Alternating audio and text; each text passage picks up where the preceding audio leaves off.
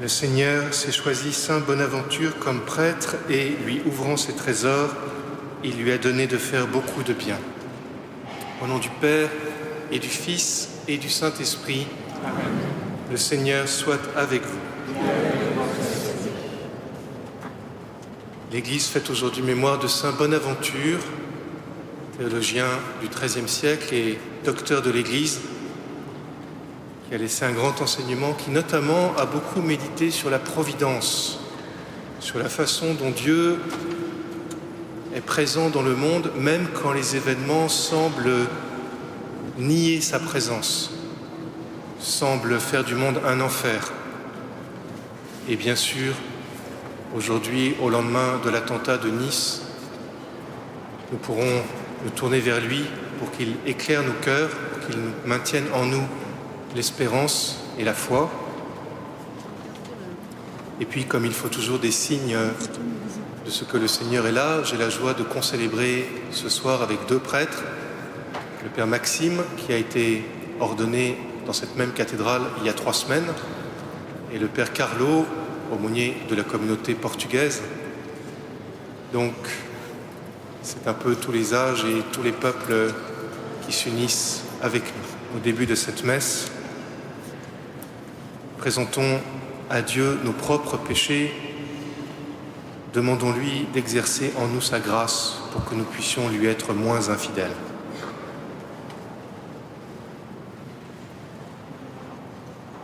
Je confesse à Dieu Tout-Puissant. Je reconnais devant mes frères que j'ai péché en pensée, en parole, par action et par omission. Oui, j'ai vraiment péché. C'est pourquoi je supplie la Vierge Marie, les anges et tous les saints, et vous aussi, mes frères, de prier pour moi, le Seigneur notre Dieu. Que Dieu Tout-Puissant nous fasse miséricorde, qu'il nous pardonne nos péchés et nous conduise à la vie éternelle. Amen.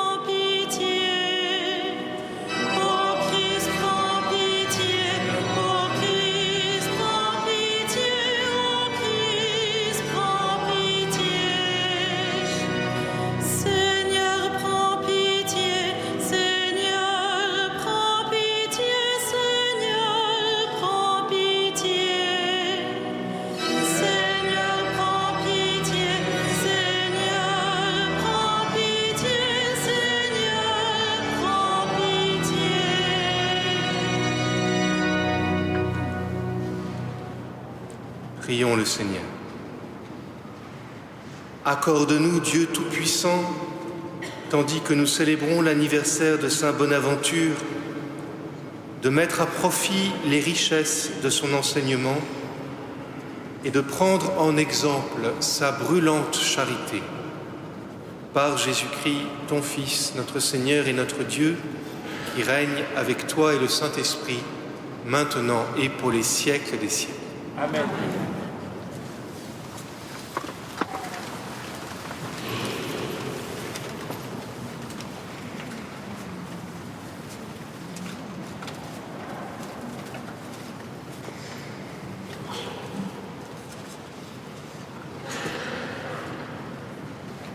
Lecture du livre du prophète Isaïe.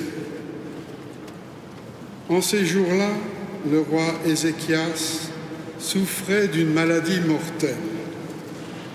Le prophète Isaïe, fils d'Amos, vint lui dire : Ainsi parle le Seigneur, prends des dispositions pour ta maison, car tu vas mourir, tu ne guériras pas. Ézéchias se tourna vers le mur et fit cette prière au Seigneur. Ah Seigneur, souviens-toi, j'ai marché en ta présence dans la loyauté et d'un cœur sans partage. J'ai fait ce qui est bien à tes yeux. Puis le roi Ézéchias fondit en larmes. La parole du Seigneur fut adressée à Isaïe. Va dire à Ézéchias, ainsi parle le Seigneur, Dieu de David, son ancêtre. J'ai entendu ta prière, j'ai vu tes larmes. Je vais ajouter 15 années à ta vie. Je te délivrerai, toi et cette ville, de la main du roi d'Assur. Je protégerai cette ville. Puis Isaïe dit qu'on apporte un gâteau de figues, qu'on l'applique sur l'ulcère et le roi vivra. Ézéchias dit, à quel signe reconnaîtrai-je que je pourrai monter à la maison du Seigneur? Voici le signe que le Seigneur te donne. Pour montrer qu'il accomplira sa promesse, je fais reculer de 10 degrés l'ombre qui est déjà descendue sur le cadran solaire d'Akaz. Et le soleil remonta sur le cadran de 10 degrés qu'il avait déjà descendu. Parole du Seigneur.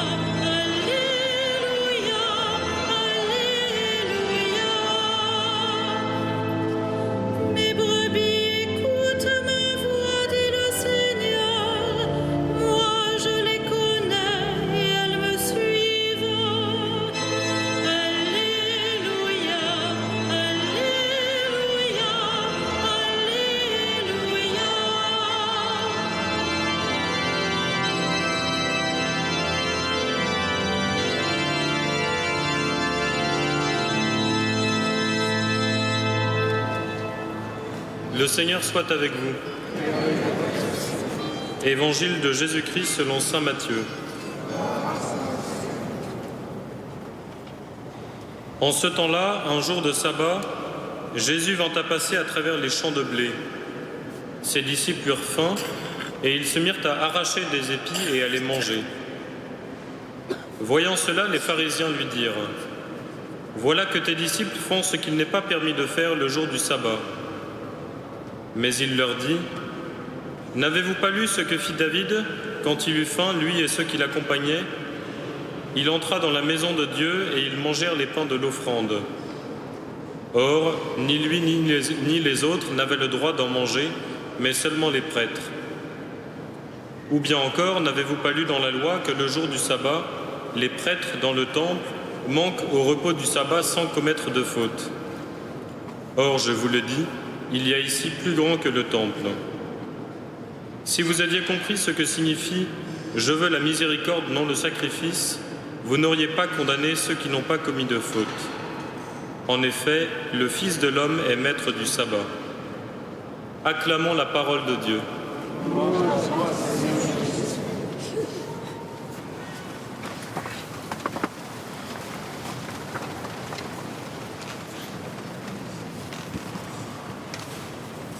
Le texte d'aujourd'hui éclaire étonnamment la période que nous vivons. D'abord, l'évangile que nous venons d'entendre, c'est un des évangiles où Jésus renvoie à l'Ancien Testament, parce que, évidemment, à son époque, tout le monde connaissait l'Ancien Testament par cœur, ce qui montre que nous avons encore des progrès à faire. Mais il renvoie à un épisode célèbre de l'histoire de David, où David, poursuivi par la jalousie du roi Saül, en danger de mort, s'enfuit, cavale toute la journée, et puis arrive près d'un sanctuaire, mort de faim, et il n'y a rien à manger. Sauf une chose, c'est un jour de sabbat, et toute la semaine, devant l'autel de Dieu, étaient présentés des pains, et le seul travail des prêtres le jour du sabbat, c'était de remplacer ces pains. Alors on mettait des pains frais, et puis les autres, mais bien sûr, ils étaient réservés aux prêtres.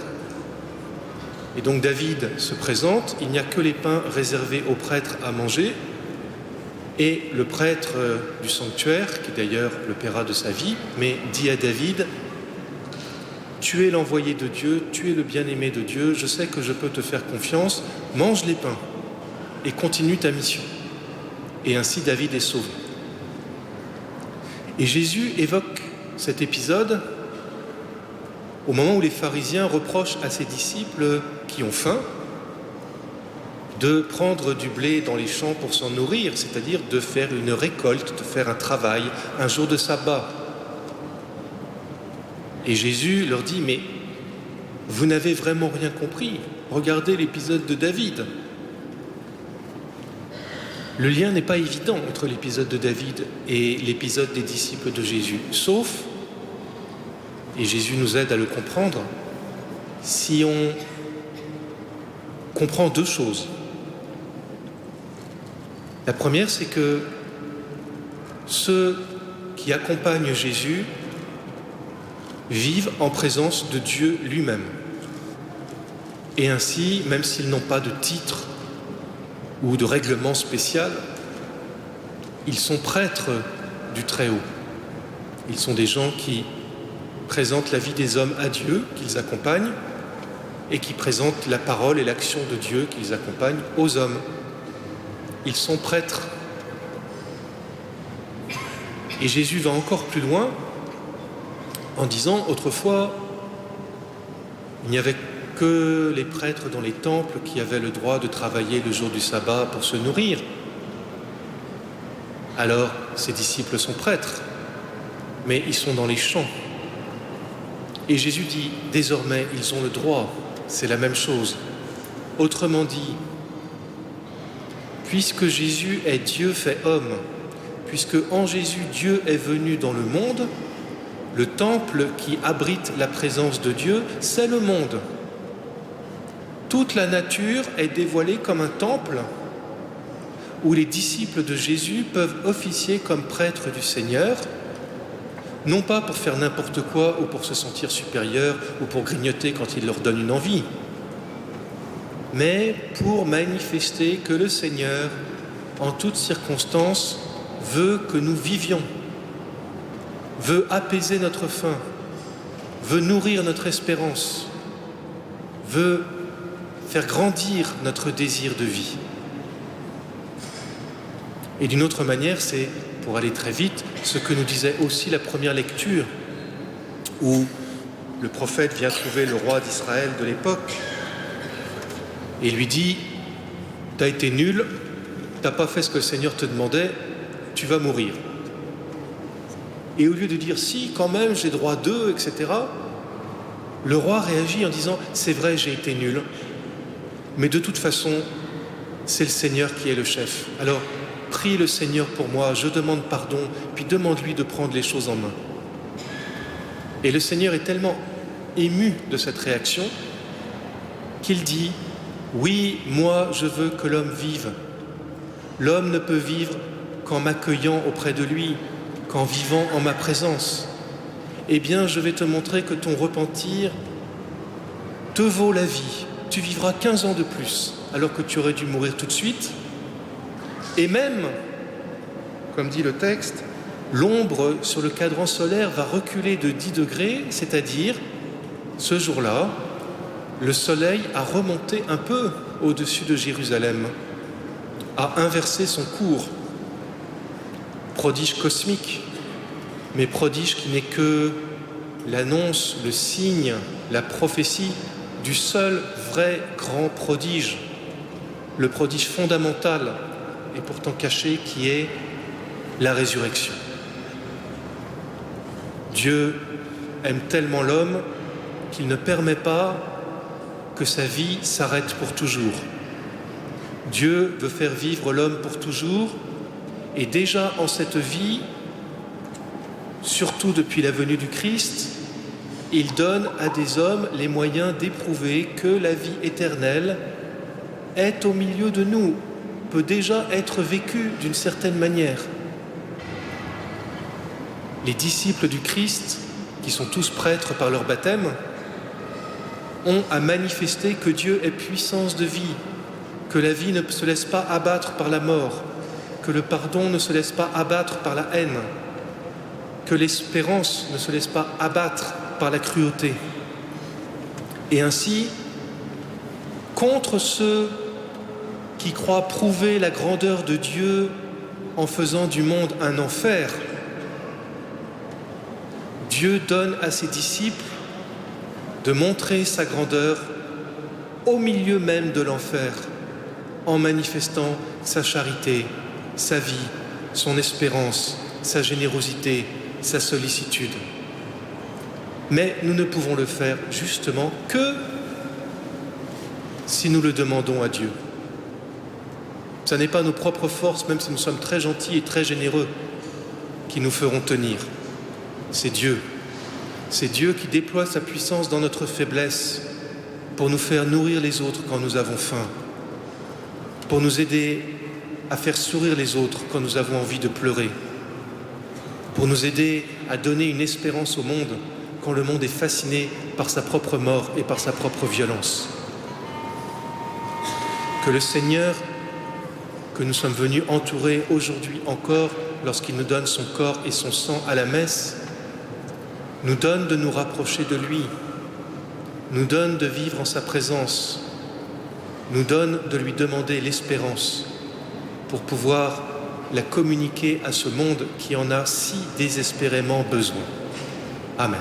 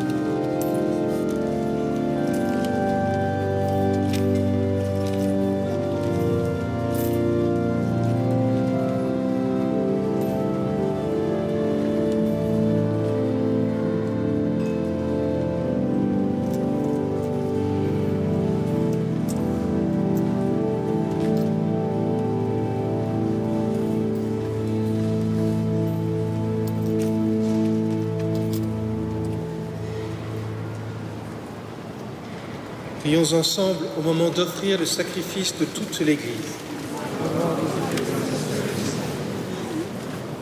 En célébrant, Seigneur, la mémoire de Saint Bonaventure, nous offrons ce sacrifice à ta louange. C'est en lui que nous mettons notre espoir, qu'il nous délivre du mal aujourd'hui et demain, par Jésus, le Christ, notre Seigneur. Le Seigneur soit avec nous. Élevons notre cœur. Rendons grâce au Seigneur notre Dieu. Vraiment, il est juste et bon de te rendre gloire, de t'offrir notre action de grâce toujours et en tout lieu à toi, Père très saint, Dieu éternel et tout-puissant par le Christ notre Seigneur. En célébrant aujourd'hui la fête de Saint Bonaventure, nous admirons ta sollicitude pour ton Église. Par son enseignement, tu nous éclaires. Par l'exemple qu'il a donné, tu nous encourages. À sa prière, tu veilles sur nous. C'est pourquoi, avec tous les anges et tous les saints, nous proclamons ta gloire en chantant d'une seule voix.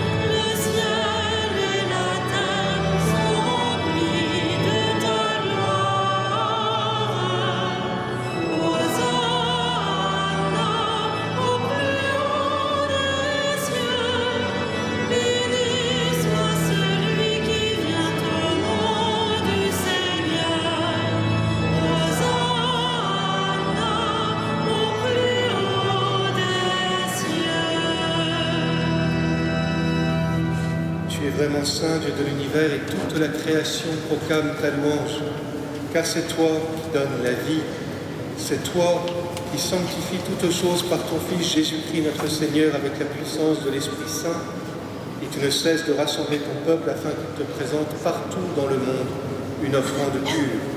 C'est pourquoi nous te supplions de consacrer toi-même les offrandes que nous avons. Sanctifie-les par ton Esprit pour qu'elles deviennent le corps et le sang de ton Fils, Jésus-Christ notre Seigneur, qui nous a dit de célébrer ce mystère. La nuit même où il fut livré, il prit le pain. En te rendant grâce, il le bénit, il le rompit et le donna à ses disciples en disant « Prenez et mangez-en tous. Ceci est mon corps livré pour vous. »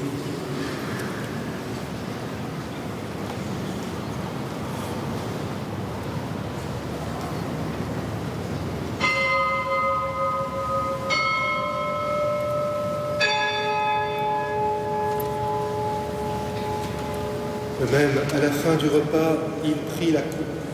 En te rendant grâce, il la bénit et la donna à ses disciples en disant « Prenez et buvez-en tous, car ceci est la coupe de mon sang, le sang de l'alliance nouvelle et éternelle, qui sera versé pour vous et pour la multitude, en rémission des péchés. Vous ferez cela en mémoire de moi. »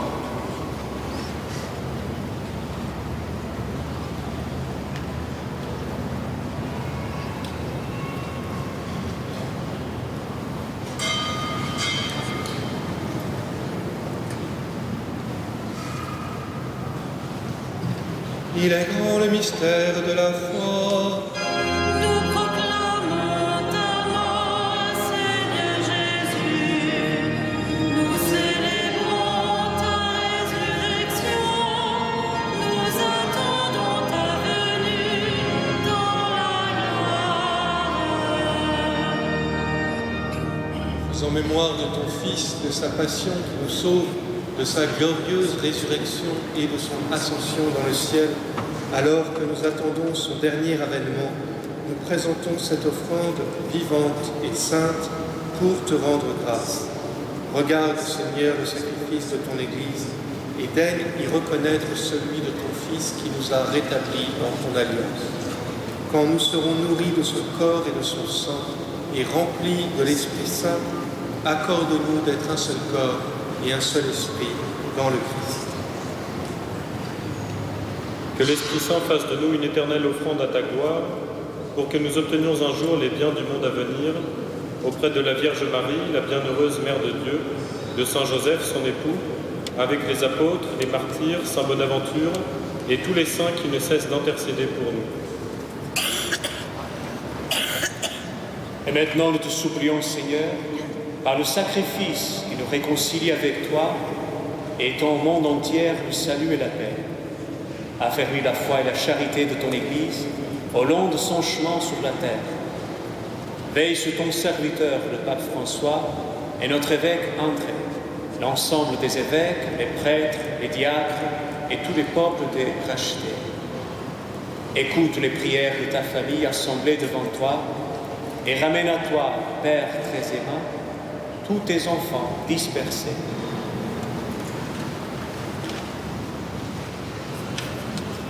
Pour nos frères défunts, en particulier pour Daniel, tous ceux qui sont morts depuis 24 heures, pour les hommes qui ont quitté ce monde et dont tu connais la droiture, nous te prions. Reçois-les dans ton royaume, où nous espérons être comblés de ta gloire, tous ensemble et pour l'éternité, par le Christ notre Seigneur, par qui tu donnes au monde toute grâce et tout bien. Par lui, avec lui et en lui, à toi, Dieu le Père Tout-Puissant, dans l'unité du Saint-Esprit, tout honneur et toute gloire, pour les siècles des siècles.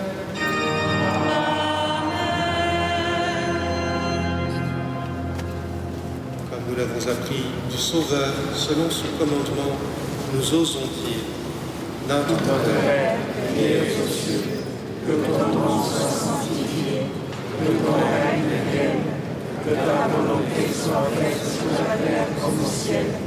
Donne-nous aujourd'hui notre pain de ce jour. Pardonne-nous nos offenses, comme nous pardonnons aussi à ceux qui nous ont offensés. Et ne nous soumets pas à la tentation, mais délivre-nous du mal. Délivre-nous de tout mal, Seigneur, et donne la paix à notre temps par ta miséricorde. Libère-nous du péché, rassure-nous devant les épreuves en cette vie où nous espérons le bonheur que tu promets, l'avènement de Jésus-Christ, notre Sauveur. Car c'est à toi qu'appartiennent le règne, la puissance et la gloire, pour les siècles des siècles. Seigneur Jésus-Christ, tu as dit à tes apôtres, je vous laisse la paix, je vous donne ma paix. Ne regarde pas nos péchés, mais la foi de ton Église. Pour que ta volonté s'accomplisse, donne-lui toujours cette paix et conduis-la vers l'unité parfaite, toi qui règnes pour les siècles des siècles. Amen. Que la paix du Seigneur soit toujours avec vous. Dans la charité du Christ, donnez-vous ça.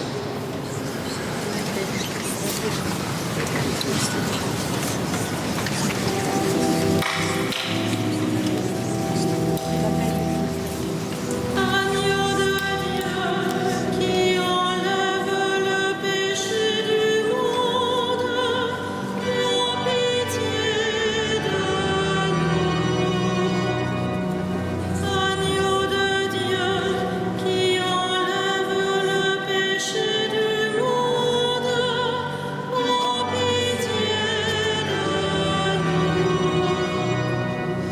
Agneau de Dieu qui enlève le péché du monde, donne-nous la paix.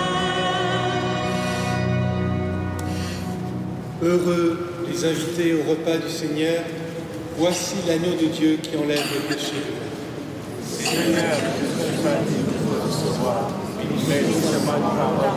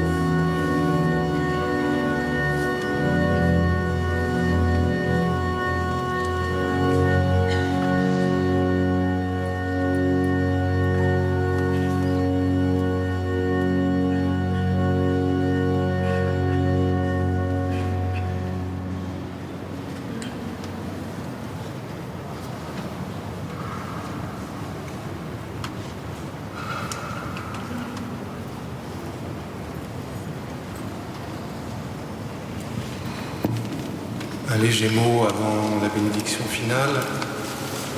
Demain, à midi, le glas de Notre-Dame sonnera pour marquer ces 3 jours de deuil national.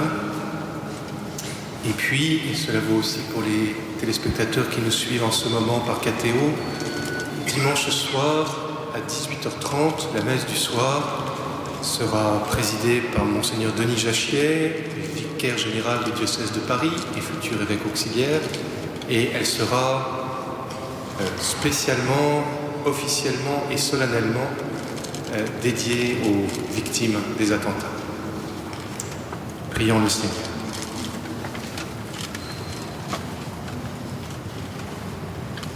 Tu as refait nos forces à cette table sainte, Dieu Tout-Puissant. Donne-nous d'imiter les exemples de Saint Bonaventure en cherchant à te servir d'un cœur toujours fidèle et en aimant tous les hommes avec une inlassable charité, par Jésus, le Christ, notre Seigneur. Amen. Le Seigneur soit avec vous. Que Dieu Tout-Puissant vous bénisse, le Père, le Fils et le Saint-Esprit. Allez dans la paix du Christ.